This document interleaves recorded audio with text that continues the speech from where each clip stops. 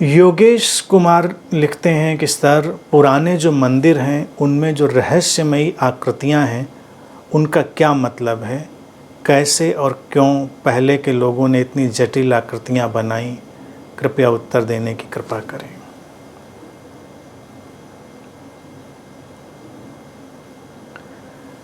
योगेश जी, ये सब बड़े भिन्न विषय हैं।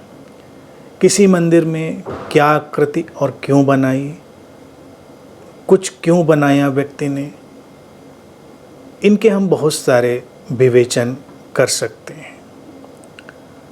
मूल बात है कि मनुष्य जो जानता रहा, अपने ज्ञान और अनुभव के जिस पड़ाव पर वो रहा और वहाँ वो जो कुछ भी जानता रहा उसको अभिव्यक्त करने का वो माध्यम भी ढूंढता रहा।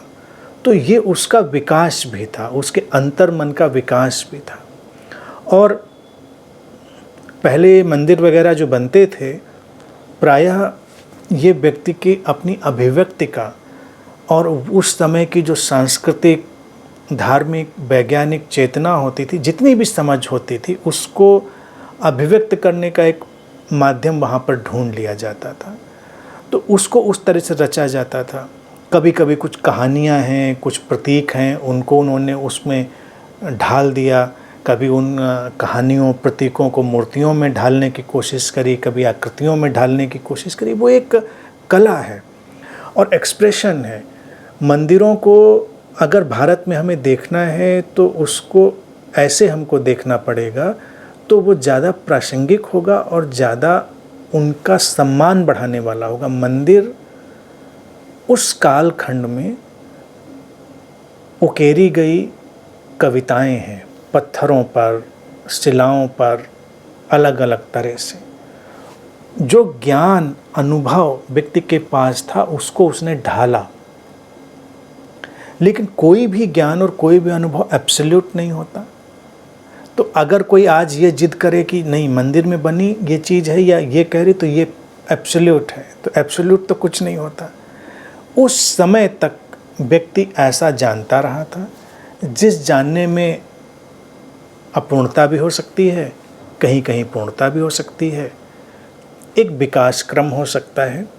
तो ये सारे पहलू होते हैं। तो भारत में हमने अलग अलग दिशाओं से अलग अलग चीज़ों को अभिव्यक्त करने के लिए अलग अलग तरह के मंदिर, अलग अलग तरह की मूर्तियाँ, ये सब गढ़ी। वो एक बड़ा शोध का विषय है। बस इतने से इस बात को समझा जा सकता है कि ये मनुष्य की प्रतिभा का एक काव्यात्मक अभिव्यक्ति देने का तरीका था। और जो समझदार लोग हैं उससे बहुत सारी अपनी समझ की चीज़ें निकाल सकते हैं।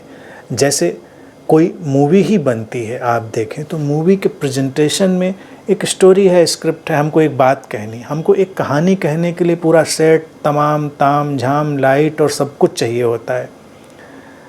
लेकिन हर चीज़ उसमें वो महत्वपूर्ण नहीं है। आप मूल कहानी समझ लीजिए, बाकी तमाम जो चीज़ें हैं केवल उनको उस कहानी को उभारने, उकेरने के लिए ही बनाई जाती हैं। और फिर आज के वक्त में क्या है ना कि हम सीधे बातों को समझें तो ज़्यादा उचित है। हर बात का हम मतलब ही समझें यह आवश्यक नहीं। तो इतना ही है इन चीज़ों का मतलब।